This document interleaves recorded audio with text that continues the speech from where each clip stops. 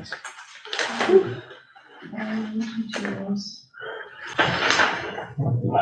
feel like I wasn't here last year. So we're missing Seamus and somebody else. There's just Bob Connolly. I feel like I wasn't here. But maybe I was. I don't remember when I was appointed.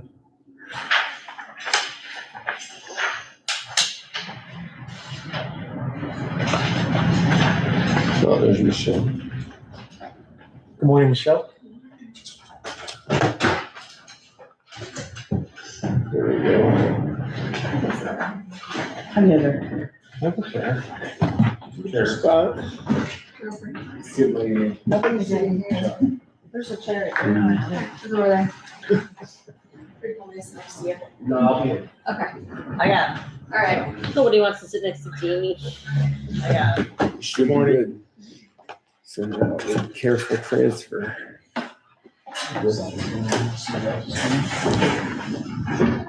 think we're good, and that's the presentation. So once Andrew calls to order the meeting, you're ready to go and you're I'm ready. All right, so it's what is it, March 18th, and call to order the audit committee meeting for the Lake County Land Bank. Starting with the roll, Susan Spellin. Suzanne, yes. Suzanne, I know it's Suzanne. Why did I say that? Because Jamie does. Yeah. Brian Barker. Here. Brian Sano. Here. Tamara DiMartino. Here. Monica Kuzieski. Here. Seamus Donnelly, not here. Paul Donnelly and Brad Lewis are here. Oh, Bob Connolly, not here. I'm Jamie, did I get you? No. Here. Jamie Mayer, sorry. I'm reading through the list. Yeah. Also present, Michelle Marinello, council. And, I'm sorry. Brian Sam. No, I got Brian. Alan Walther. Alan Walter. Without a deal. With the audits. And first order of business, review meeting minutes from last March 19th, 2025, was last audit meeting. Everyone have a chance to look at the minutes, which is just the audit committee, which is Suzanne. Suzanne and Monica and yourself. Most of both. Right? Yeah.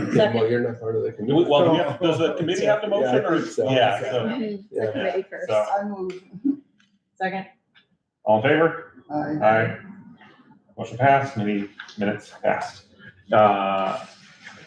Next, we will have a presentation of our 2025 audit from there.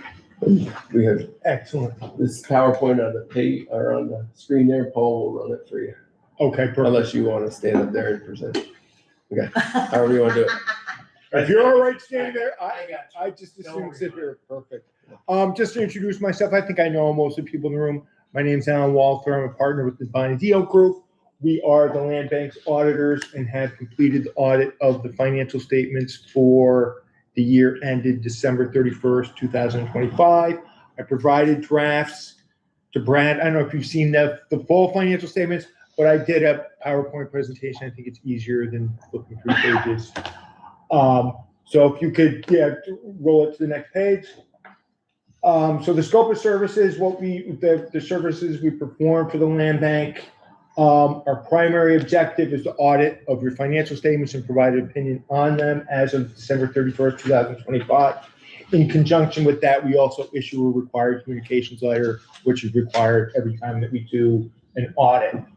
So the overall results of the audit, we will be issuing an unmodified opinion on the financial statements. That is the highest level of assurance that we can give on your financial statements. That is the opinion that all the users of the financial statements will be looking for. There was an internal control finding with regard to accounts payable. We'll talk about that.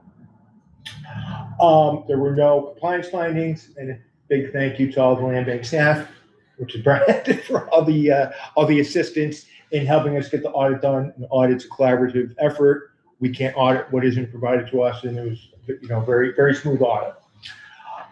With regard to required communications, no new accounting policies were adopted during the year. No significant difficulties in performing the audit. No disagreements with management. We're not aware that management consulted with other accountants in our discussions with management. We're in the normal course of our professional relationship. Financial highlights. On page 7, again, if you have the financial statements, page 7 is the statement of net position for the land bank as of December 31st, 2025. The highlights here: your total assets at the end of the year were a little bit more than 1.6 million, of which cash was 320,000, grants receivable 149,000, property held for sale 299,000, and capital assets 816,000. The big chunk that we moved this building into capital assets because it's not being held for sale anymore. So that was a big change there in capital assets. Total liabilities at the end of the year were $15,000. That was just generally accounts payable. So the accounting formula is assets minus liabilities. Get your net position. Your total net position is 1.5, approximately 1.6 million, of which almost $500,000 is unrestricted. Your statement of operations, your operating revenue for the year was almost $2 million, of which approximately 620,000-ish was property sales, I think, and the remainder was grants. The big grant from New York State, the Land Bank Initiative grant. Operating expenses, 1.133 million. Again, a big piece of that was cost of sales and then professional fees and rehab, et cetera, So the net increase in net position for the year of 821,000. And then your final financial statement is your statement of cash flows, which can be found on page 9. Operating cash flow was 914,000. Financing use of cash, 125,000. That was primarily the repayment of the loan to Pioneer Bank. There's a construction loan. I forget which property, but you sold the property. So obviously when you sold the property, the bank needs to be repaid. That was repaid. Investing cash flow, 4.9 thousand, 4,900. That was just interest income on your cash. And then capital outlay, 545,000. That was primarily improvements here, capital improvements. So your cash in total increased 249,000 during the year, and your cash at the end of the year was 320,000. Because the land bank is a form of government, you're required to have a government audit standards report where we report on internal controls and on compliance. With regard to compliance, no issues of non-compliance were reported.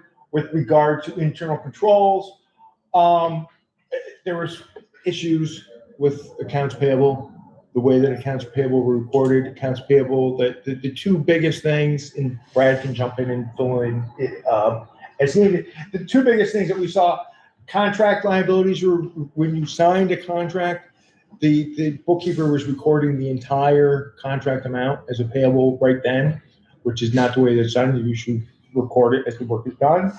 There was also an issue where when checks were actually written, right, when you write a check, you should be crediting cash and debiting expenses or debiting accounts payable.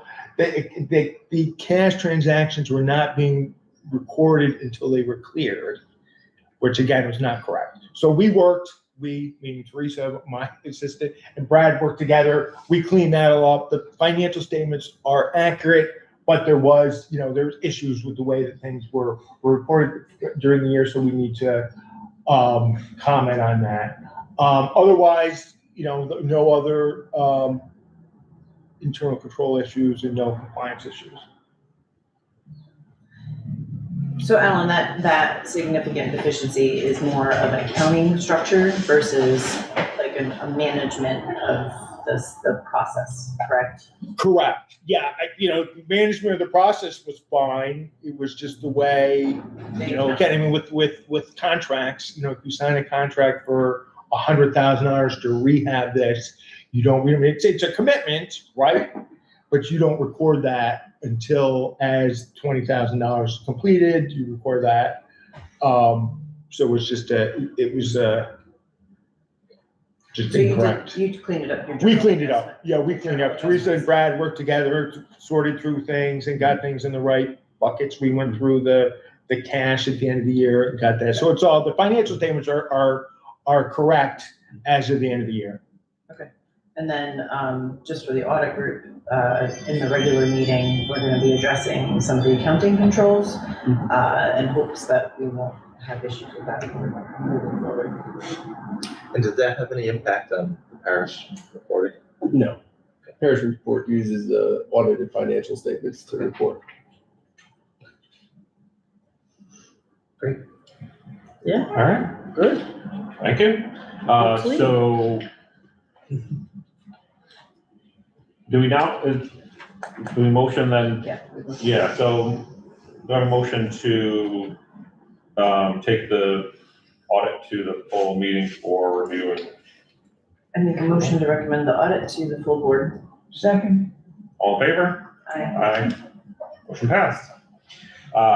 Then any old business? Any new business? Any other business? And the audit committee does pretty much one thing, so not much else to do. I have a motion to adjourn. Motion. Okay. All in favor? Aye. Motion passed. Can I comment that the next meeting is actually in 2027, Yes. Yes. March 17th, 2027, not yesterday, 2026. So I just got the agenda wrong on that.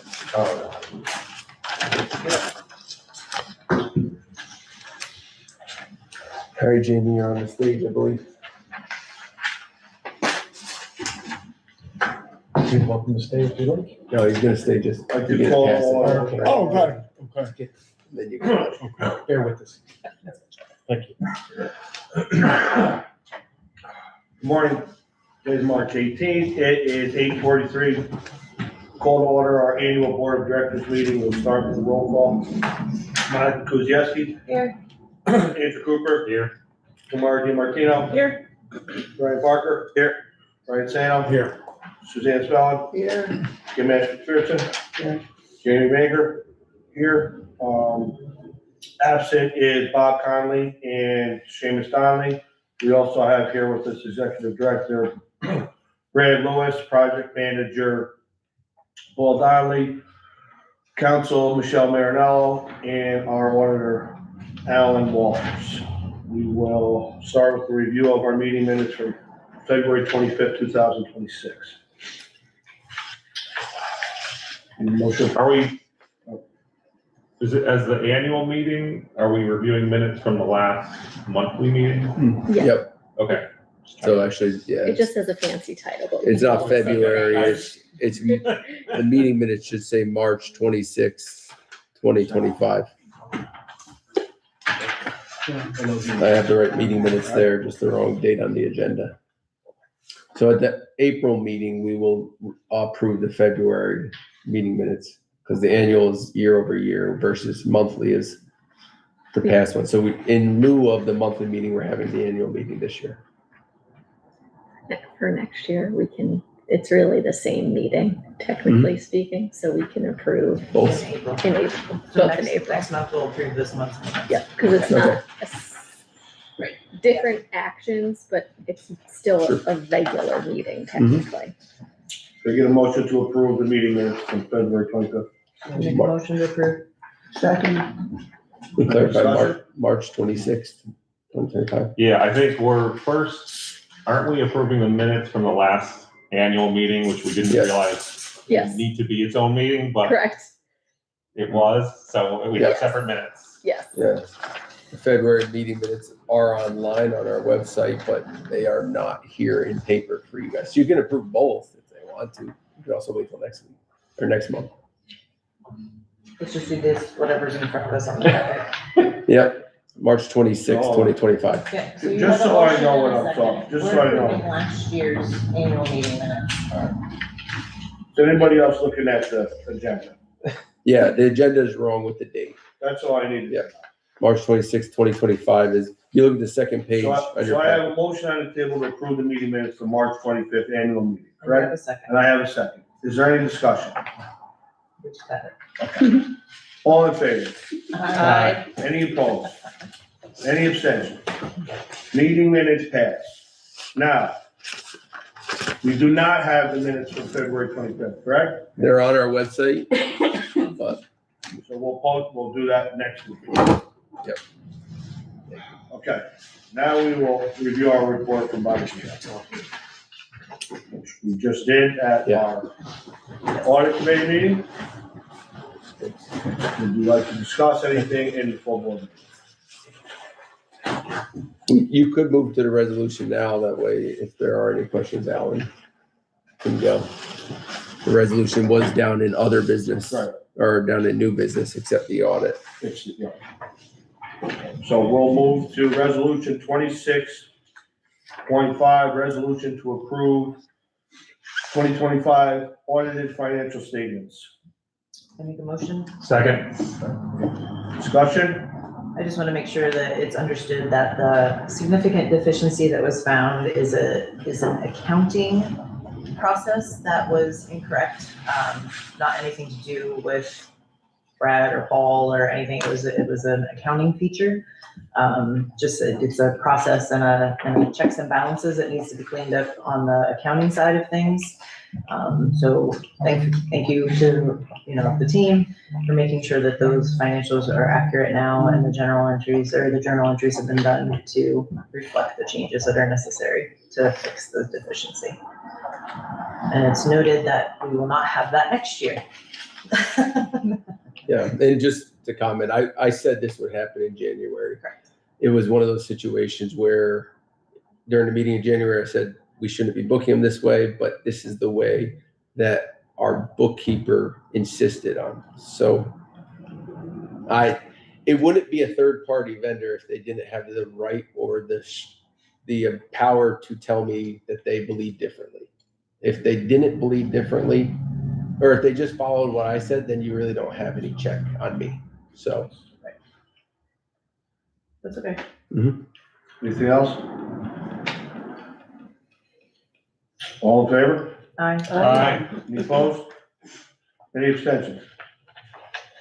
Resolution to approve the 25 audit financial statement is approved. Thank you, Alan. Thank you. Thank Thank you. Thank you. Thank you. Take care. Take care. Brady, you want to move into your financials? Yeah, so if you didn't see your email on the agenda that was posted, there was no report due to our bookkeeper issues. But they emailed last night or this morning at 12:30 on the reconciled reports. So I guess they were doing the February's books still. But what happened was they had this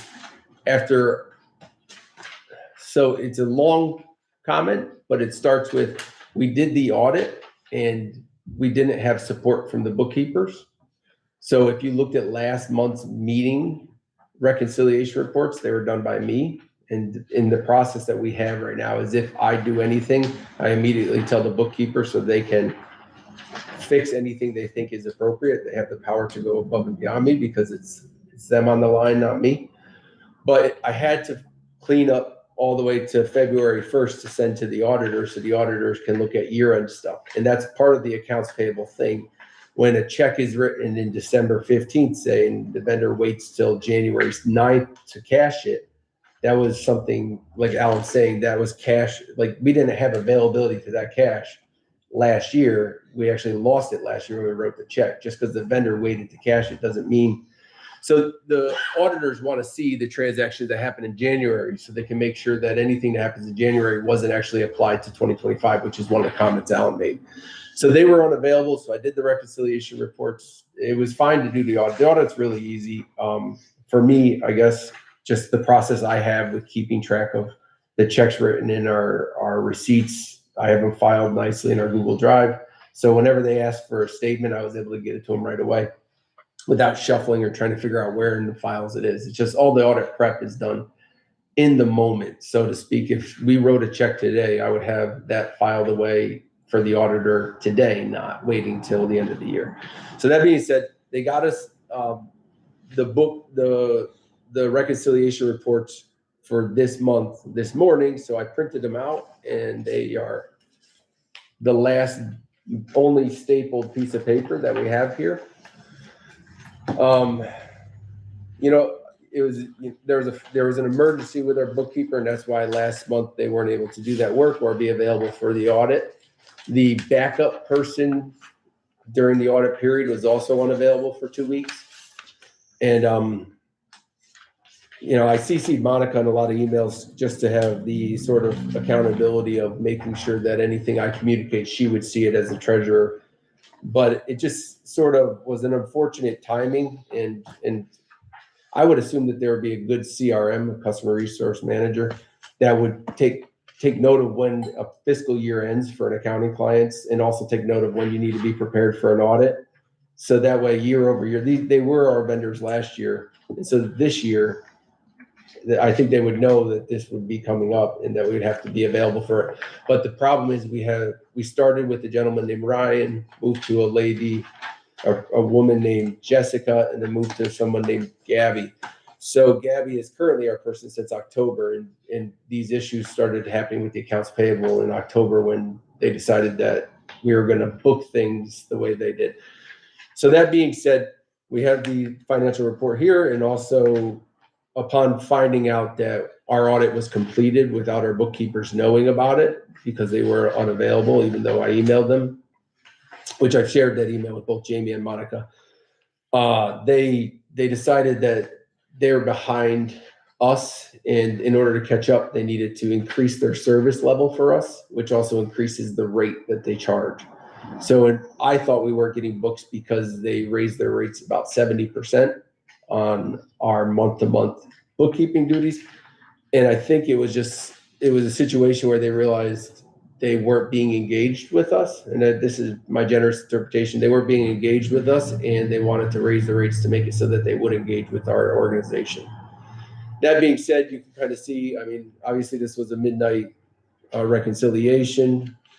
It was reconciled at the top, this report 317, but some of the things that I noticed, like, you know, if you go down the expenses on the first page, you'll see it just says restaurant on 226 3 different times, as if we went to the same restaurant 3 times.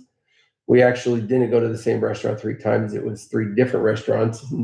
They were the people that provided the food for The grand opening. yeah, our event open house. 34. So I would think that since we upload the receipts into the portal for QuickBooks, that they would just take the name at the top and create a new, just put what the restaurant is, because I didn't take anybody out on the Land Bank's dime here. It just says restaurant, and it just seems awkward. And then if you go to the bottom where it's like unclear charges at the top, it says Ace Clean Out for $184.60, but the receipt clearly says Ace Hardware. And so things like that kind of bother me, because Ace Hardware is a national brand, where Ace Clean Outs is a local company that cleans up. Like, they did the demolition of the floor here to remove all the waterlogged floors. I knew, and just, I want to ask you, Yep. who was the person that was doing the accounting on these? Capital Bookkeeping Cooperative So at the top. when they were hired, so they were hired for one fee, but it wasn't specified, they're only gonna do little things at a time, or the way I'm understanding what you're saying? The more work you want us to do, the more we're gonna pay, or is that how am I interpreting what you're saying? In a way. So if you see at the top, it says reconciled by Capital Bookkeeping Cooperative. This report is their work. Part of the monthly expenditure is the reconciliations that happen at the end of the month. You could do a reconciliation as early as the 2nd of the month, because you need the statement from last month to double check. You could also have it so prepared on QuickBooks that you click a button called reconcile, and at the top right, it says 0, because it's all done by AI. Right. So all you have to do is click it, and then you're done, if you've done all the bookkeeping as it's gone along. You could also do it, you know, there's 20 transactions from top to bottom here. You could also do it, you know, every week. Just look at the credit card, the bank statement, the money market. They're all tied digitally to QuickBooks, so they feed in transactions as they hit. So their job is to take all these transactions, classify them, clear them and then provide us this reconciliation reports, which then provide us a profit and loss. So what do we, Every month. what do we pay them to do their job? The fee originally was $811. And what do they want now? I think it's included 14 and change. Brad, if I may for 1 second. Yeah. Kim and board, my take on this is that this was pointed out to capital bookkeeping early on this year, right? And Brad had asked them to correct the way they were doing the process. In October, I think that was, didn't you say? That's when the individual. Most recent person came on, I Yeah. thought I heard you explain that person said, well, this is how this should be done. And you're like, I didn't think so, but okay. My take on the situation is that they failed to follow Brad's advice. It went up the food chain. They've discovered that it's more work than they originally anticipated. Mhm. And they're a little, their feelings are a little hurt that our organization, AKA Brad, found deficiencies in their work. So now they're increasing our costs another 40% roughly. 70, I think it is. Well, I'm instead of, yeah, I'm sorry, 80 and 600, yeah, 70%. 70 or 80%. They want to go to 1,400. They almost want to double our cost of services, right? And that's due, in fact, they're finding it's a little bit more intensive and our guy is on his game and they don't want our guy telling them how to do their job. That's my opinion on it. You guys can take it. It sounds like all the things that they've noted are self-inflicted. They're behind us Right. because they failed to do what they needed to do. Yes. That's my point. Well, and then, you know, So classifying 20 expenses for a month is what we're looking at? Well, there's also the second page, our money market, second page has maybe 20 more. So maybe 50 a month. Money market has two. It's a transfer and an interest. Right, yeah. Okay. Not that this has any bearing on what we should do moving forward, but Brad, how long would it take you to perform this? Well, we have to have an independent party though. I understand. That's why I said this has no bearing on what we do. It's also the public accounting aspect of this. There's a difference between governmental accounting and regular accounting. And I think that's what Alan was trying to point out, is that there's a way to do things in a government-based process versus a private corporation process, where you can dictate whether you want cash or accrual, right? Like those kinds of things. So I think that it's also, capital bookkeeping, I don't know them. I don't know what they do outside of the work that they provide for us, but it could be they just do general accounting purposes, not necessarily in depth to authorities or governmental accounting or anything like that. So it just could be outside of their scope. And in order to get to that scope, they would need to do a little bit more in-depth work each month. It could be they need to also make sure they understand what's required of GASB. So, They have to give it to a senior level person. Yes, when that happened February 27th, for our organization, where randomly I got an email that said our end of the year is now done. And I said, we've already submitted our end of the year to the auditors and it's already audited. And a lot of the journal entries that Alan wants us to do to fix these mistakes were done independent of the journal entries from the auditor.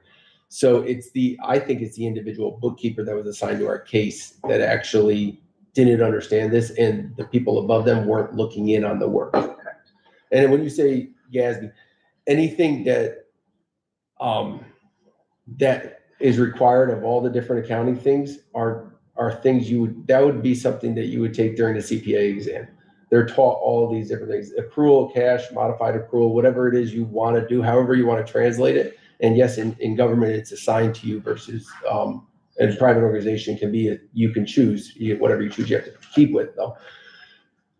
That's taught at the same levels in all these classes. So if you have that designation of CPA at the end, you now have a license that proves that you took the exam that says that you know all those different levels. So it's not something crazy. They're just probably the wrong person to put it. I just think that some of their coming up at midnight last night to send this out to us. It was kind of them. Yeah. And Brad, I know, because we'll move on, because there's obviously, we have an end goal to rectify this. understanding this answer has no bearing on what we're about to do. Brad, how long would it take you to do this? It's easier for me to do it than it is for me to communicate it to a third-party person. So Correct. it's gonna take them longer. And the reason being is, it's easier for me because I did the You already know expense. what it is. You correct? know, so I know when we write a check to say ready to go mold restoration, that it was for 871 and we're booking it as a capital expense. Just give me a time. Right, for 50 transactions, probably 4 hours. Thank you. So 4 hours worth of work, let's say we double it. That's now worth $1,400 a month. But just to give you a backup, you know, if we got a quote from BST and it was more than this $1,400 and they're a firm that's going to take, and they're gonna look, their initial person is gonna do the accounting and then the senior level people above them is gonna check the accounting every month. So you have more eyes on it. So 1,400 is actually the middle of the road of the 3 quotes I got, and we can get more quotes too, but I'm just saying. I mean, I hear what you're saying about this is a little field, but about having a senior person review or whatever. I don't really, personally, I don't care what their process is. If we've contracted for accounting services, this is who we are and this is what we need, and then they need to provide it. Right. And if that takes them, 3 levels of review because they don't trust their, whatever process. It's on them. I don't care, I don't know. I mean, I understand in the end, the quotes are gonna be what they're gonna be. We'll have to look at that if we're looking for a different provider, but I don't care what they, it's like going back to work. You gotta be at your desk. I don't care where a person is if they're doing the work. Right. I just feel like we don't need to get too far into understanding what their overall process is. We need to know that they're providing us quality work. And Exhibit A, last minute is nice, but not if it's sloppy and incomplete. But That didn't I help think us. that they didn't have the time to communicate with me. Oh, I can't tell what restaurant this is or something like that. Or they didn't have the time to look at the receipt. I was gonna say, it's on the receipts, right? It should be, but when you scan the receipt into the system, if it's like faded a little bit and you can't tell. Well, there's no time Then to do you that say, also. in that if you're doing communication, it at we didn't have 12:30 in the morning. this, and this likely needs to They- be they- reviewed here. I mean, you communicate that. You say, we did our best with this, but it's probably not done because we couldn't read the receipts. So Even uncategorized receipts, I sent you guys an email this morning. There were 3 uncategorized things. One of them was National Grid. It says it on the transaction. You can't categorize a property utility. That to me is frustrating for me to see that. Yeah. Because there's 6 transactions from National Grid. We categorize every one, but this last one is uncategorized.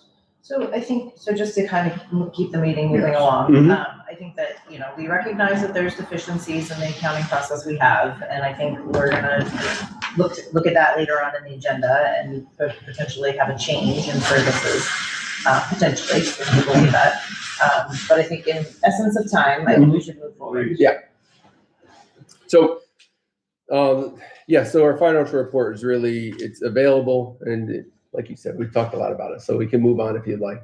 Please. To the more fun thing, our annual report, which is this, we prepared you similar to last year, a book.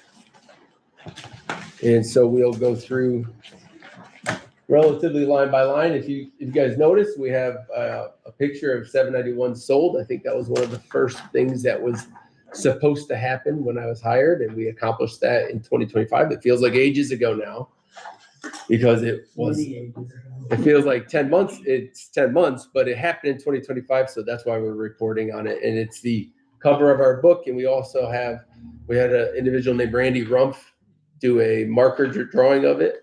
If you can see his name at the bottom, and it's framed right above our, on the wall above our sink. And so it's a pretty cool depiction of it. And it was an exciting thing.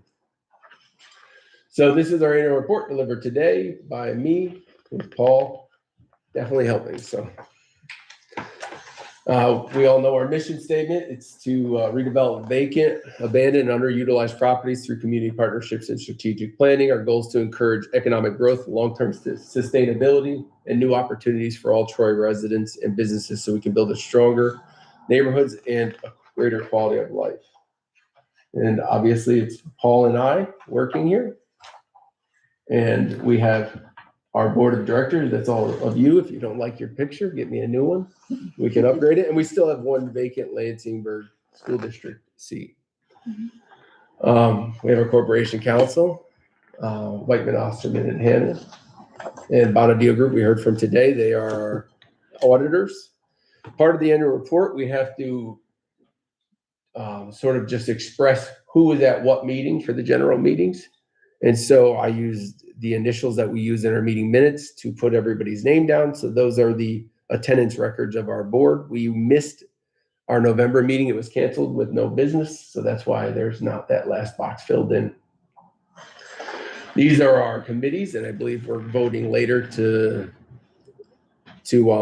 reaffirm them, or if anybody wants to join them, you just got to tell Jamie. But it's a nice picture of 834 River Street there on the right. That's where we had our open house completed. So, and we'll move into our accomplishments. Obviously, 791 was a big deal. You won't hear about that next year because it'll be long gone. But this year, you can go next. This year we sold it for $400,000. It was a architecturally forward building and an exciting thing to finish. And at this point, proud for the land bank to do it. Even though it took us a long time to do it, we were able to accomplish it, and it's done now. So the sale of that really actually set the organization on a solid footing when we completed that. So we moved into early in the year, we did 2 rounds of Red X removals, and a lot of what we started the organization was just trying to clean up our buildings. It started with just cutting down brush and trees and overgrowth. And it went into saying, why are these buildings Red X buildings? Working with the fire department, Suzanne and I we walked and drove to each one and identified what was going well or not redeemable and needs to be fixed for each building. And we executed those contracts in 2024. And the work was done to a place in 2025 where we could remove the Red X signs. And we got two newspaper articles out of it. One was called Rebuild Troy, and the next one was called Block by Block from the Troy Records. You can go to the next page there. We moved on to some stabilizations, and we were able to take the Red X's that we have over here off these buildings to make them investable. And when I say investable, sometimes the building is, in a lot of people's opinions, too far gone, and other times it just needs a little bit of help to make it a redeemable building or a project somebody's willing to take on. So we might spend, in case of the decks, the one building, we spent $15,000 on a deck. There had been a lot of other work in the past, but it was actually designated to be a tear down by our engineer we had contracted in the past. We spent $15,000 on the deck, took off the Red X, and then sold it for $30,000. So we actually, from potential demolition to sale, we actually made money on it. Before that, we spent money doing a bunch of things that I'm not sure were positive or negative. I mean, they definitely contributed to the construction of the building, but the point is, it was almost demolished, and we invested $15,000. We were able to save it. The other one to the right, we put, I think, $25,000 into that deck. It was a 2-story deck there, and we just sold that building for $65,000. So both of those projects were good projects, and of course, the whole beginning of 2025 was geared towards stabilization, which I really think set the tone, in the state for land banks, but as well as for our city, and telling people this is what we do, and this is our purpose. Our purpose is to make these buildings starting to work. From there, we moved to 3 larger projects. Obviously, we're in 871 River Street. We're in 871 in 2026, so I can't brag that we finished it, but you'll get that next year. 834, we just finished it down the street. We had our open house, and we're currently still working on 3340. We're investing $1.3 million into these 3, and they're, according to 2025, they're still in progress, but it's exciting stuff nonetheless. In 32 Glen Avenue, which is also on the docket for 2026, we put a brand new foundation wall in. We had done a roof earlier in the year as well, so this building's really ready to go, and so that was a good project too. In 2024, we sold 3 parcels of land. It says 4 addresses up there. 2 of the addresses were 9 and 11 were combined, 13 they already owned. So we sold 3 of the 4 parcels for them to do this modular home building project. And you go back real quick. Sure. Almost done with that one. And so they're just finishing up building these modular homes. We bought or had the land, demolished some buildings, did the lot line adjustments, subdivisions, and set it up so that they can execute the building of the projects using ARPA money. And so we have 13 facade projects underway. We're almost complete with all those. And those are 2 examples where the building on the left, 151 President Street, had the fascia falling off. There was no access to getting in the building. So we gave them the new concrete sidewalks and fixed the front of the fascia so the building looks nicer from the road. The project on the right is on 2nd Avenue, and we repainted and I believe, did we add some storm windows there? 153 Second Avenue, we had storm windows, we took care of cornice work, and also painted the front. What a difference. It's just Yeah, beautiful. yeah, I mean, if you go by it, it's the last building on the left, just before you get to where the river opens up. I think it's just past 103rd. In the freezing cold of December, we were able to do a ribbon cutting at the accessibility ramp at 33706 6th Avenue. And so I think it turned out great. There was a great turnout, and thank you to the board that was able to come. We had a couple collaborations on top of that where we donated some doors to the Historic Albany Foundation. And before we do any demolition of architecturally interesting materials, we reach out to them and they come and get them. The picture on the left is where we're sitting right now. So if you sort of see that, that is 871 River Street and the doors that came out of there. That's exactly where we're sitting.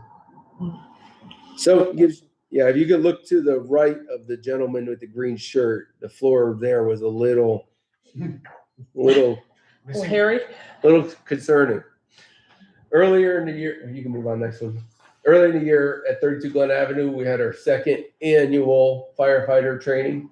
I'm not sure if they'll do it again this year. We asked them if they wanted to train here and cut the roof open, and they said the roof is too sketchy. We're not going to do that, and the floors are too sketchy. So 871 River Street was not able to be used for firefighter training, but Glen Avenue is stable, and they were able to go in there. You can see the smoke on the building on the right coming out of the side. That's their. They had a smoke machine. They smoked the whole building up, so that way the firefighters could get used to going through a building they don't know, dragging lines through the building. The building was not damaged during that process. It just allowed them to have live action training. In November, we canceled the meeting so that I could do a roundtable discussion with the 3 state senators at Hudson Valley. And Paul and I both did a lead education, EPA lead renovation, repair, painting certification course. Is that in November? Yes. Yeah, and so we spent 8 hours learning about the proper process for lead paint identification and also encapsulation and making sure that the chips, if they're created or the contamination is created, is contained appropriately. So currently we're current on all our parish filings. All our parish reports are posted to our website. I think that's noted there. We've attended several neighborhood meetings in order to communicate what we're doing. And notably, our repair program is coming up for this year. That's one of the big communications. We want to increase our marketing awareness of that to make sure people know it exists. And I'm currently taking people's information and keeping it in a database for when we determine our actual parameters for that project. But I believe I have a call soon with HCR to determine that. We have no acquisitions in 2025. We had 6 dispositions. And that would be the $620,000 in property sales that Alan was talking about. And we have our financial information to date.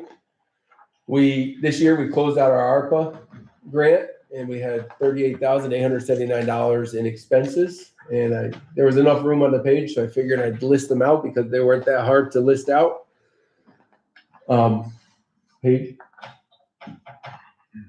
We have an operational grant.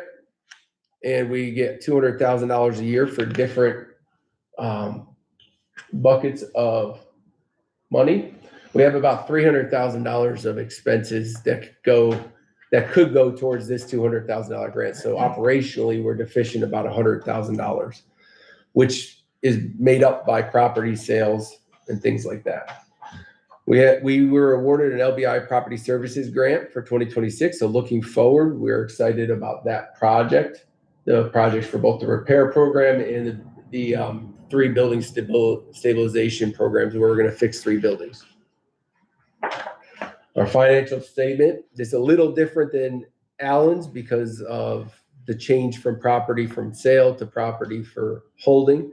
But there's an asterisk on it because I had to get these books printed before our audit was complete. I gave you what I had at the time. And of course, the audited statements will be found on our website at the bottom left. But the exciting part about the organization moving forward is that our net income was $821,000. Of course, a lot of that is property value going up and us capitalizing it. So we get the money as income. We bank it as a capital expenditure, so it becomes an asset. And until we sell it, do we recognize the expense to it? Until we sell it, we don't get the cash either. So we have the revenue, top line revenue of 1.9 million, and we've invested that money into our buildings. So our organization on an income level looks like it went up 821,000. Although if you saw with Allen's presentation, our cash only went up 300,000. So our current properties is required to list those. In 2025, it was pending that we were selling 3209, 3211 7th Avenue, but it sold in February. And we had 2 development sites that are listed as 4 addresses, but there's the properties that are just adjacent to 871 River Street, and there's 2 lots that are on 6th Avenue that are available. We have 3 projects that are land bank that we're going to fix this year or in the next 18 months, and we have 2 rental properties that are finished. 332 9th Street is not listed because we acquired it in 2026. So our goals for 2026 are invest another $1.3 million into 3 rehabs, do a $500,000 repair program for our owner-occupied homes, and construct 13 new homes with the Move in New York program. And that is an example of the Move in New York program. And it's a nice picture of Steve Strickman with a thumbs up. So that's our annual report. Yeah, I was gonna say, I feel like we should clap. Good job. I have to leave. Incredible. Okay. Is there anything we have to vote on? We have enough people. I think 1, 2, 3, 4, 5, 6, 7. Yeah. Okay. Sorry.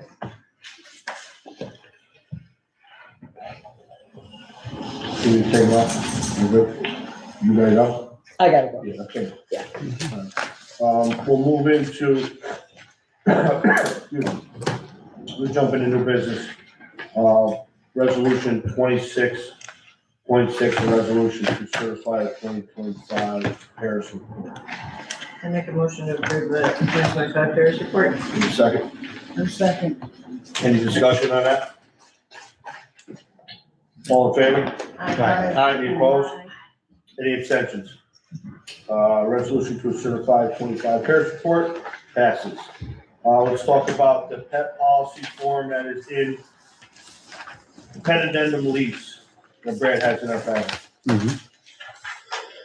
Yeah, 2 things. It was brought up that the first thing before that is the rent levels. Obviously, we set the rent levels in order to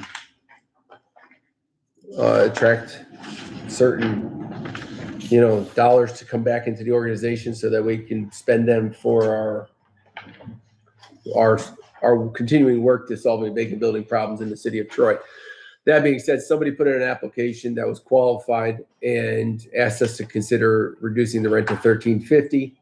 That is not my decision. And so I believe Michelle said the same thing in the email. I have no opinion on it, but I leave it up to the board to discuss whether it wants to consider that sort of idea. I have a question on that. The upper floors are gonna be 1,500, correct? All of them right now are All of them. 1,500.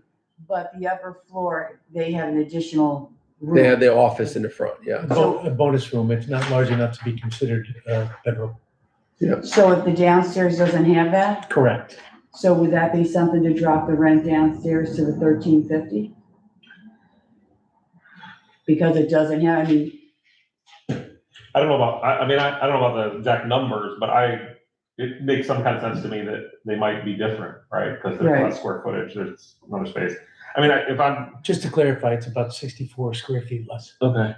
But, and we're looking at 834, you're talking about 834 River Yes. Street, in I particular. mean, there's the other sort of part of this question isn't the other part of this question that we voted to say that 1,500 was gonna be the rent, and we have to vote again to change it, and if we ever need to change it again, we have to vote again. And is there an alternative approach to that? So you can set kind of like a minimum. So if you guys have a number that you wouldn't go below, you could say that, you know, the desired rent is 1,500. However, for the right applicant, you'd be willing to go to a certain number and then give Brad and Paul discretion to. Or maybe the tenant selection committee The discretion. tenant selection, yeah, or the committee's discretion to then approve someone at that lower number who maybe meets demonstrated need for the lower rent. So because our level of finish is pretty consistent property to property. Now granted, some properties need more foundational work and more infrastructure work than others, but the finished product is about the same. What's this, I guess I'm trying to make this into like really easy math, right? Yeah. Like kind of keep it simple. So like if it's a square foot cost, right? Like, so if an apartment is 900 square feet and we want 1,500 square feet, right? $1,500, what are we coming into as a dollar per square foot? So if you calculate it's 64 square foot less, right? Because it doesn't have a den, then maybe we just adjust the rent and round up or down from there, right? To get to a whole number versus, you know, your rent is $1,322. Yeah. When you got these, 18 cents. Yeah, and 18 cents. So it's just more of a way for us to have like an easy option, formula, a formula basically. for it. Because our level of finish is about the same in every property. And because we use grant funds traditionally to invest to get a property up to standard, up to quality, you know, it's a little bit different, right? It's not like we're investing our loan money and our own money to come up with revenue, right? Does that make sense? We don't have a mortgage to have to pay off, so. what happens if, Brad, the 3 applicants we have, right? Did they stipulate which apartment they wanted? Just put in applications, right? The one, One asked for an upper floor, right? yes, Did the Yes. person at 1350 say they wanted the first floor? I'm not, So now we get into that equation. If we agree to 1350, are we willing to go back and say, hey, we'll take the 1350, but you can only live on the first floor? And then what happens on the next one? I think that's because it doesn't have the extra roomage. I agree. so But the, are we gonna base this on the calculation that yeah, I just, you're only at 13 whatever? Yep. We can offer you first floor. right, I think if you're doing it that way, the building itself is roughly like each flat is about 800 a square foot. And 800 square foot, except the first one misses that 64. So when you take Taking a step. 1,500 divided by 800, you get about $1.87 per square foot. You multiply it by 64 square feet in the front, you end up with $120 less. Which would be 1,380. It's a very rational way to do it. Yes. So you guys, Sounds delightful. but the tenant selection committee, $1.85 a square foot. so the tenant selection committee could have the authority, if somebody wanted to make that motion, to consider an applicant on the first floor, but I can't bring that applicant to the tenant selection committee unless they're an actual applicant. This person's applying only if we lower, you know, or I can bring it. Still, I don't mind bringing it. So they haven't necessarily gone through the background check either. Yeah, they have. Everything's done. Credit report, So they've applied. yes, but only if we lower the rent. Yeah, So they've applied, but they're only gonna take it if we lower the rent. that's what they say. Yeah. Well, I mean, that's true for anybody though, right? Anyone could apply and they say, okay, and you're like, no, I changed my mind. Right. Like, Yeah, until the so, ink is dry, Yeah, there's right. no Until it's not- consequence for yeah. applying and then. I mean, I feel like, again, this, you need to focus on the one thing or the longer term issue, which is there'll probably be situations where we need a process to change the rent. Like, I mean, and maybe expenses go up and taxes go up and we want to increase rent, which then again, like, shouldn't that be part of the? That's gonna be a normal process because the taxes will go up. We don't pay taxes. Well, right, we don't pay tax. Well, yeah, I mean, that was sort of an example, although I thought it was a good one, but it's not. So I think. But I don't know why we would raise rent, So I but think we could, right? I think I think that's something that we should definitely, like, is the land bank completely exempt? Because I know in a tax exempt, I'm running into this right now. At the authority, trying to rent to a nonprofit, but you can only charge as much as your expense. You can't make a profit from a nonprofit that occupies your space. Correct. We're talking about residential, but the land bank's exempt from that, right? Yes. Okay, good. Great. Because it would be like incidental profit to our mission. All right, so again, in the essence of time, is somebody willing to make a motion to, I make a motion that we charge $1.87 a square foot for rent at 834 River Street, For all floors or just? for all Yeah. floors. Which would reduce the first floor by the 120. I'll second. Sounds good. And, and this seems like a really complicated discussion. Actually, let me amend the motion. I make a motion that we don't charge any less than $1.80 a square foot I agree. for rent Mhm. at 834 River Street. I can agree with that. So we can second that. I'll second. Any further discussion? Is that sufficient to standards to Yes. apply? Yeah, because it sets usually you just have to set a Any floor. floor? Yeah. And the tenant selection committee will determine it. Is that part of the motion or that's inherent in the tenant selection committee that we would, I want to add it to the motion. In- Yeah, to add to the motion that the tenant selection committee yes, would make a final decision within the restriction of that minimum correct, on the rent. about rent when accepting an applicant. Right, you got all that? Just change them. I feel like the qualifiers are gonna keep coming. Right, let them know. Good. And what that also does is if you do have a tenant applying for the larger floor, that also gives them a little bit of, you have some room with them as well. Right, you Especially if okay? they have a pet. Yeah. Any further discussion on that motion? All in favor? Aye. Aye. Any opposed? Any abstentions? All right, red level motion passes. Now moving on, I apologize to the pet policy. There's a pet policy that was drafted by Katie Kemp, and so the board can discuss as they'd like and adopt it. Do we wanna, So motion to adopt the pet policy, You could. is that what we're doing? I mean, yeah. We are entertaining a motion. That would- This is something that came up in discussion. Katie drafted this.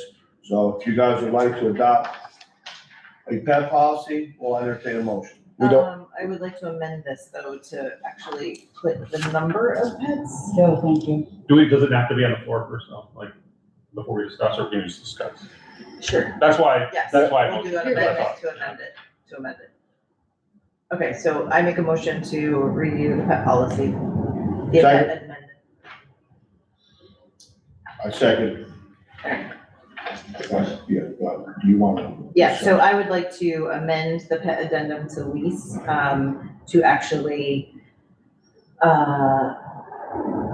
Cap the number of pets. cap the number of pets to two. Two pets. Two, Because you know people are gonna have a dog and a cat. right. Hey, listen, I lived in, it's terrible. I know, but I know. I just worry about Two's the having max. one pet and being able to take care of that one Yeah. pet and not leaving that pet behind.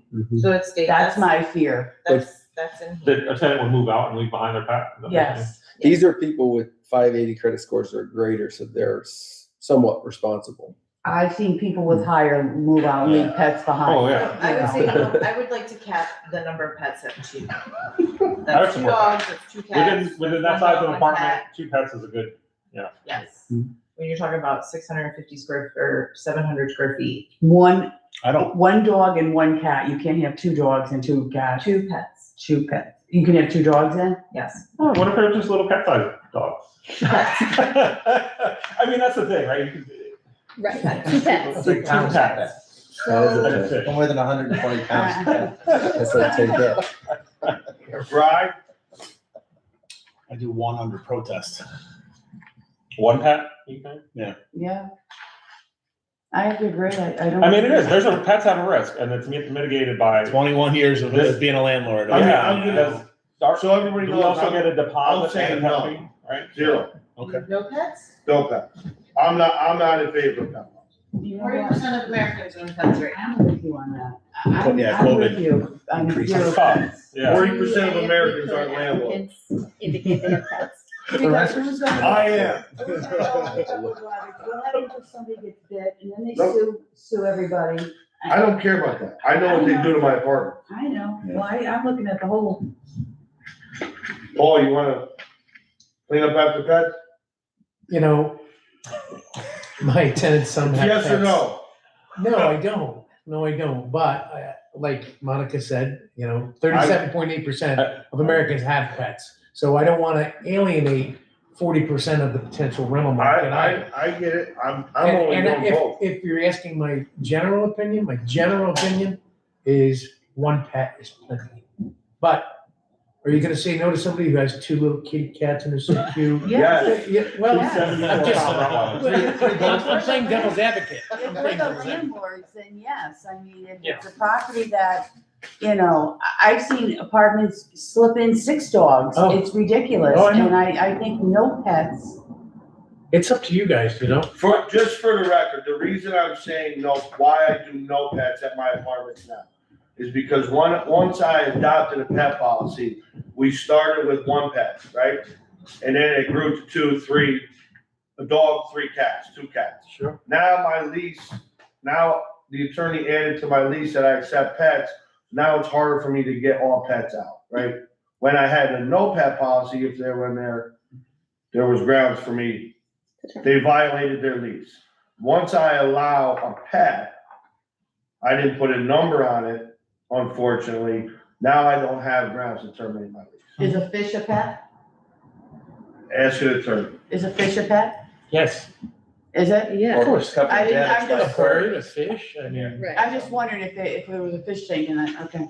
Yeah, cause like if the aquarium leaked. Exactly. Yeah, Okay. there's still a risk there. Right? I Okay. mean, there's also risk with kids in apartments. I We're was certainly just not gonna limiting say, that, but Right. because of the damage, like. When I was at Redburn, we had more damage from kids than from pets. Full showers. Like, they're, I mean, like, Someone with a 4 and a 1-year-old. unsupervised little kids are horrible on an apartment. Yeah. Like And that's melted part of having an crayon apartment. and the Like, did they leave the kids home alone? diapers. They should have probably been better off. than I what they mean- did. As a former CPS worker, yes, people leave kids home alone. Do we, Like, too bad. does this need to be finalized today? If it's not finalized, they'll consider the applications as is without this addendum, and we'll just adopt it next month after these people Well, you move in. can't, Just you take it can't, to a if they vote. move in with a pet, it's gotta be done beforehand. If they can't- Well, no, Jamie, that- Jamie, I don't think you can kick the can here. We're No, but ready it's what I'm to, saying, we're ready take it to to a rent vote. apartments. Yeah. Alright, so we have an amendment and I will amend my amendment to 1 pet. 1 pet. Any further discussion on the amendment to the addendum to the lease for pets of 1? So, well, yeah. You so need, I- you I need do. a second first? I She amended second her, she amended it. her. Or a second the amendment, I would so second. Okay. Yes. So to be clear for the record, perhaps, concern about pets is damage to the apartment, right? That's why people don't want a pet or 2 pets or however many pets. And having only been a landlord for a short period of time, long ago, and having suffered pet damage as a result. I don't know how, so the other part of the policy is that and I'm looking through, where there was something about a deposit, or is it extra rent for a pet? Where did I see $25 in here or something? there, you could have a pet rent, you can't have a pet deposit because it will put your security deposit higher than 1 month's rent, because you're already charging a security Okay, deposit. yeah, okay. So a lot of times in leases I deal with privately, we'll just add $25 or $50 per month pet rent, which just means like your $1,500 apartment becomes $1,550 or $1,525 a month. And at the end of the year, you're gonna get I think. I thought I saw it. It's on the second page, Oh, but it's on for some that. reason, it's on the printed page, the first page of the thing. But, Oh, there's a fish and others. I know That's that's good. so you could set a pet rent as well. So my follow-up, and I know there are people here that are currently landlords and have been much longer than I ever was, is did that extra, I mean, the point is there's more risk with pets, and the solution, quote unquote, is to have a pet fee. And does that pet fee not reasonably counteract the increased risk, the damage from the pet? So, but you also have the security deposit to go back And to. the deposit, yeah. Right, so if you need to. If there's clean the damage, floors, right, or you need to replace the carpets, you do Yeah. have also. the So, security but deposit. that has not been sufficient in people's experience who are expressing lots of concern as landlords. If I may just bring up. I'm just one thing. curious. I have colleagues and friends who are landlords, and instead of tacking on an additional monthly, they do an annual fee upfront. So that annual fee can range from $150 to $500 for the entire year. So, and then that way the land bank collects that money upfront, and it's not part of the rent, it's not part of the security deposit, it's a fee. So just throwing that out there. And also keep in mind that if they don't pay the pet rent, it's not considered, if they have to go through eviction process, that does not get counted towards, amount of monies owed. That's why you get the fee upfront. It's hard to recover that. Correct. Interesting. Well, as someone who's been both a landlord and a tenant and a pet owner, I think we should have at least one pet allowed. I mean, preferably I'd like two, but I can deal with one. Yeah, I mean, I'm a pet owner too, and I've been for my whole life, and I appreciate pets, and I understand the risk. And that's why I was asking, like, how does it balance out, or it doesn't? And it doesn't, I know it doesn't balance out the pain and the suffering. With damage. Are we ready to Which the vote? trauma is coming through very clearly. Alright, so the amendment, we have to vote on the amended version, and then we gotta go back and adopt the official Yes. pet addendum.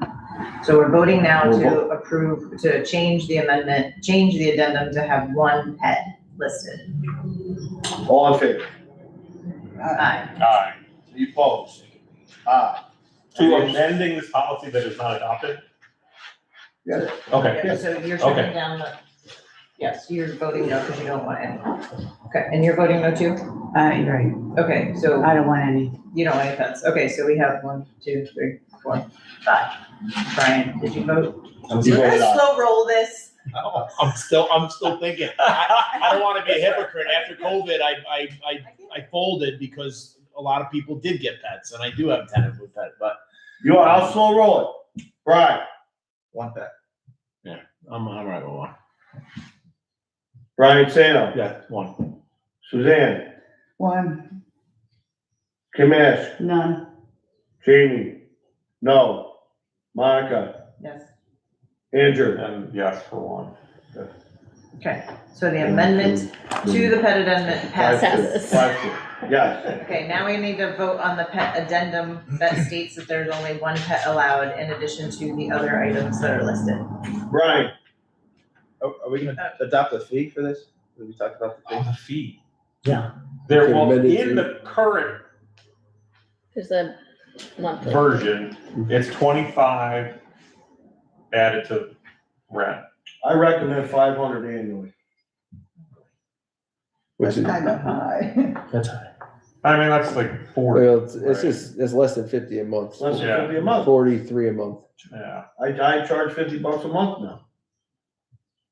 And it still's not enough. I will say people who have pets expect to pay a fee. 100%. Yeah. They expect to pay a fee. At Redburn, I think we were close to $75 or $100 a month. Wow. So Jason, It's not hard to ruin hardwood floor. No, yeah, I, that's why I was asking about the fees and the damage, and I'm okay with Jimmy, you 500. made a motion to do 500? 500 annually.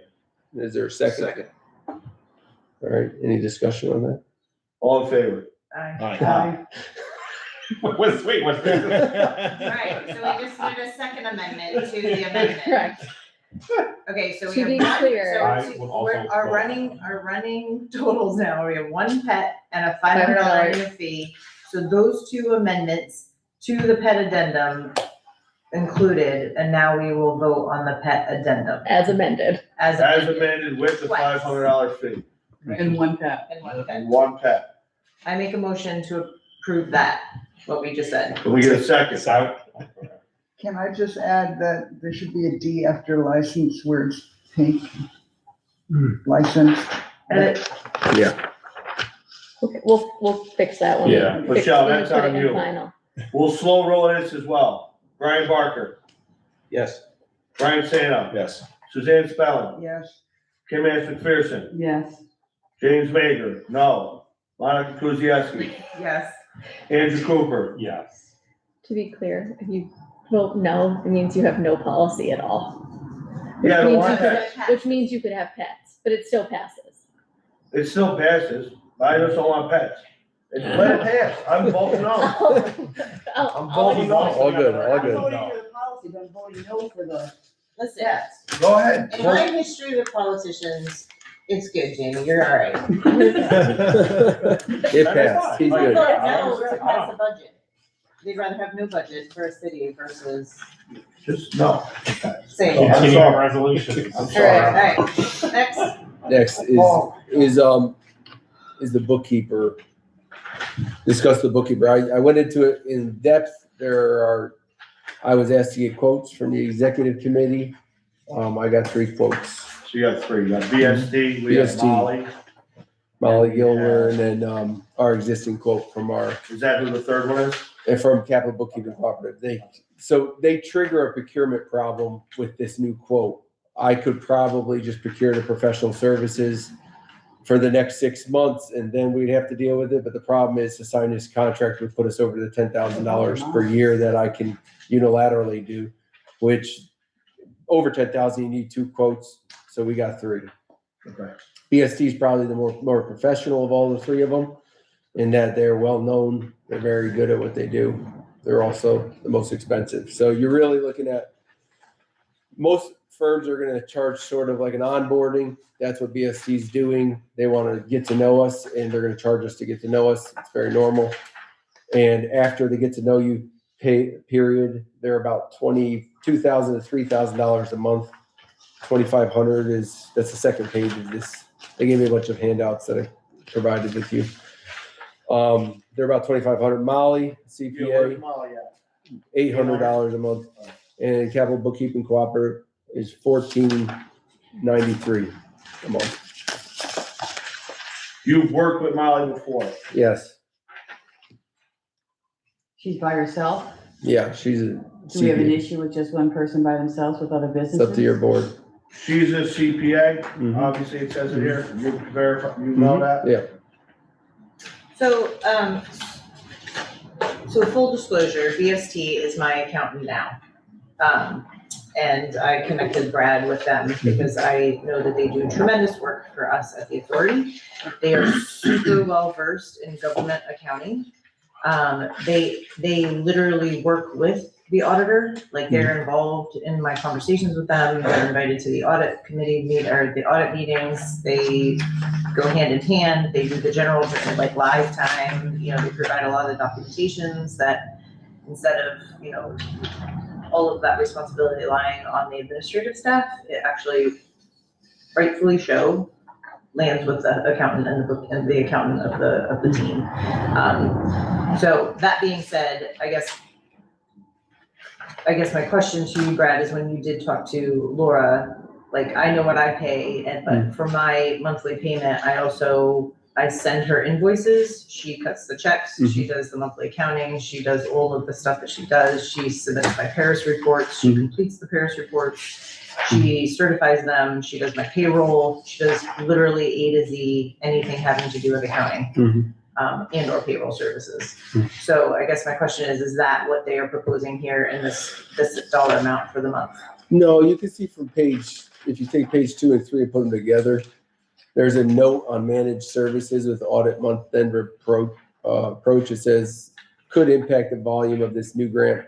I think they misunderstood because we got a $2 million grant, not a $5 million grant, but we might have another 3 to 4 million in the Move in New York stuff, which honestly, that's not gonna be a lot of transactions, but it says, assuming the executive director continues to do accounting duties.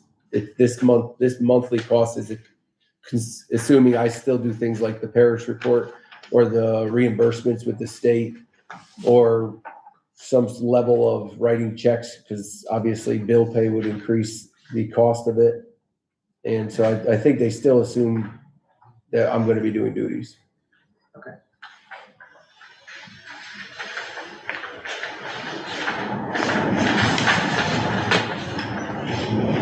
So they're saying, the VST is saying between 2,000 and 3,000 a Yeah. month? Correct. You got Molly at 800 a month, and you got our current group at 14. 1,500 a month, roughly $7 shy of 1,500. And that's up from the current 8. 814. 811, yeah. And Molly is just solo herself. Yes, yeah. Should carry insurance, like professional insurance. Not sure, I could check that. Plus capital bookkeeping is only a 6-month contract, so it could go up if we stay with them. You know, insurance. I don't know about anybody else, but just, nothing against Molly, I don't know who the person is or whatnot, but just one person, God forbid something happened to that one person and then we didn't have our numbers That's as, where we are right as, now. as we needed. So I'm a little skeptical. I mean, $800, yeah, great, but I'd rather pay for something and make sure I'm getting everything covered. Mhm. That's just my opinion. Can you, and I hate to delay this any further because I know we have to do our stuff, but I'd rather delay a financial reporting for a month right now, like getting reports and make sure we get quality. Yeah. Can you go back to BST and actually have them list out The true scope of work. a true scope of work? Yeah, so, And then, because I have a monthly fee mhm. that I pay, and in that monthly fee is my scope of work. Mhm. And so I think instead of just kind of giving us Mhm. a sales packet, Yeah, like a actually glossy. give scope of services and what that was gonna be, Yeah. what that provided. Mhm. I can, And then we can consider that for the next board meeting. Can you also ask Molly what the backup plan is? God forbid something happens, you know, if it's a one-person shop, I do know accountants that have backups, you know. Yeah. Yeah, like we might have right, Yeah. an agreement with someone else to cover if necessary. To guarantee the scope of work that they've, you know, contracted, so Mhm. you could just ask if that's the case here. I think the value of a larger firm like Allen's Group or BST or UHY, you know, something like that, they have depth, right? Like Mhm. you don't have just whoever your accountant is that's assigned to you. They have a team, a bench of people that they can go back to. They also are super familiar with these kinds of processes and procedures for authorities and or land banks and those kinds of things.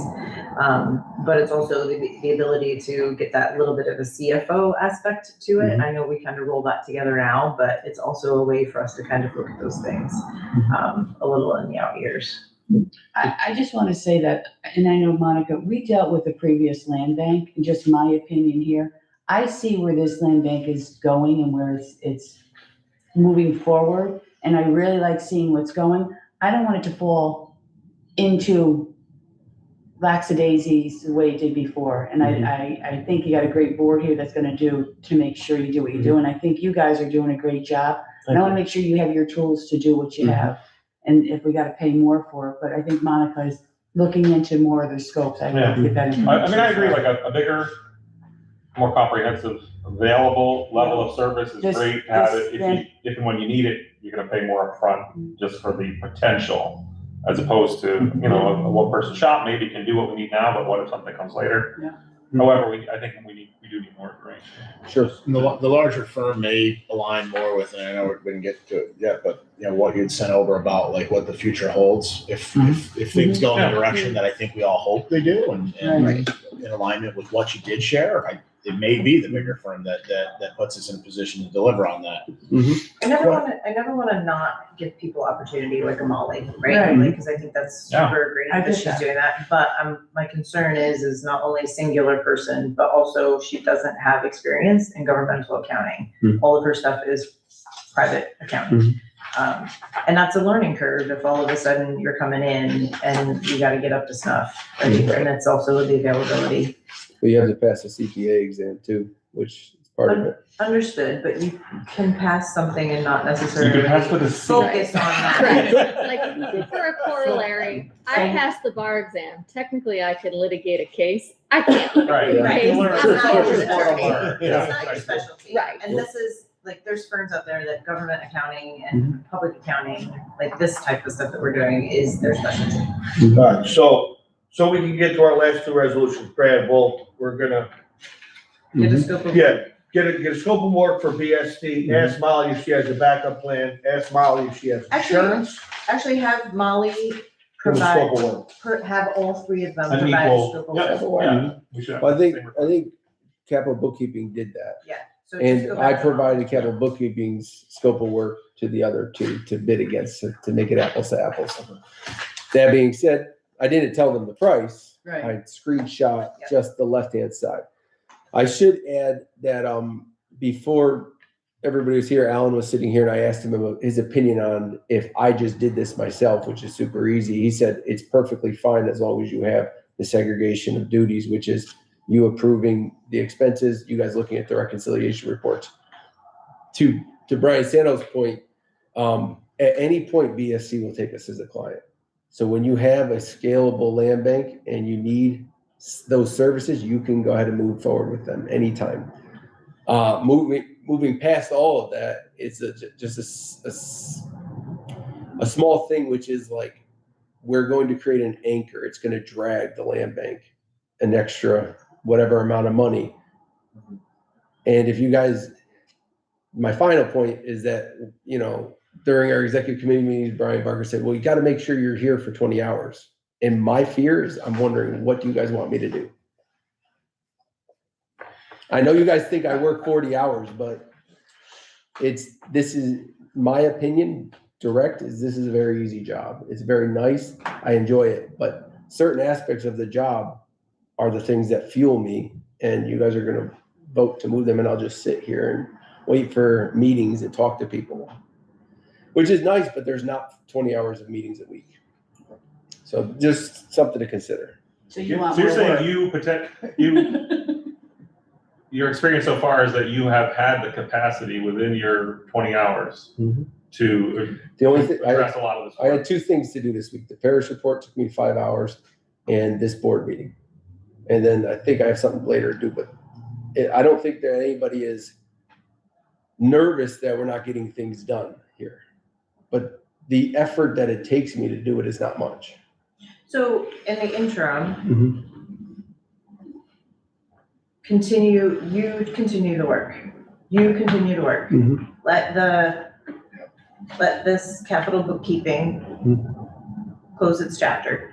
You continue to do the work, and then we'll get the scope of services from everybody. We'll consider them, and if we really feel that you can handle taking on that work, that it's not gonna be an issue with the auditors and how that process works, then we can consider that as well. I'll remind everybody also, all of 2023's books took me 2 weeks of 20 hours to do, and I did Because you're wonderful. I'm just saying, no, I mean, I was hired in May of 2024 to get to the audit. And I started off with saying, how do I get into QuickBooks? Nobody could tell me. And Albert finally gave me the login. But before that, I went to Alan's office and I said, do you have the login for QuickBooks? He goes, no. And then all of a sudden, 6 months later, we're filing the parish report. And he's like, how did you do it? And I do this every day. This is. Brad. Okay. Just get BST scope of work, make sure Molly has a backup plan, insurance. Yeah. And then, preach again. Yeah, we can- I'm Sorry. 24 minutes over my allotted time. All right. So we're gonna move into the resolution 26.7 to approve the officers as they are today. Myself, Chair, Suzanne, Vice Chair, Monica, Treasurer, Brian Barker, Secretary. Can I get a motion? Motion, second. Discussion. Anybody else want to volunteer? Can I unvolunteer? Nope, no, that is not on the page. No. All in favor? Aye. Any opposed? Any abstentions? That motion passes. The next resolution, 26.8, resolution to approve the committee's members as they are today. Please don't make me go through them. Motion, we saw them in the book. Second. Discussion. All in favor? Aye. Any opposed? Any abstentions? Motion passes. Next meeting is April 15, 2026, same location. Motion to adjourn. Motion. Second. Second. Nobody wants to talk about that? All in favor? Aye. Aye. I will not be there. Going to work. I actually am, thank you. Brad, Right? I'll